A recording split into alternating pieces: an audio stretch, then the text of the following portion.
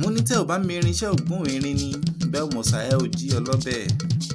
Ẹni ọmọdé mọ̀ bí ẹni mowó, ẹni àwọn àgbà mọ̀ bí ẹni mọba ni, MC Olúọmọ ni mò ń kúkú péré ẹ̀.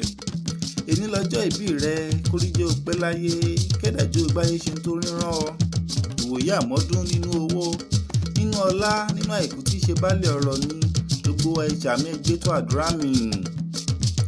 Ábíwá pẹ̀lẹ́, ọmọ Àyánkadé ni mò ń kúkú képe tantan, aláṣà tó lùdásílẹ̀ àṣà Yorùbá dùn. Gbogbo ẹgbẹ́ àṣà Yorùbá dùn ló ní kí n kí ọ nílé lóko lókè òkun, ló ní kí n kí ọ pé o kú ọjọ́ ìbí òní, igba ọdún kan ni. Ábíwá pẹ̀lẹ́, ọmọ Àyánkadé o, ṣebí ìwọ ló ń ṣọjọ́ ìbí òní, ẹ̀yin nìjẹ̀bú ọmọ èrè ni wà. Ìjẹ̀bú ni ọ́, ọmọ Àwùjalẹ̀, ọmọ Arójẹ́joyè, ọmọ Alágẹmọ Ògún wọyọwọyọ, ẹ̀yin lọmọ aládìyẹ ògògò mágò ní adìyẹ bàlúkù mi lìlí arórókun arórádìyẹ, ẹ̀yin nìjẹ̀bú ọmọ èrè ni wà.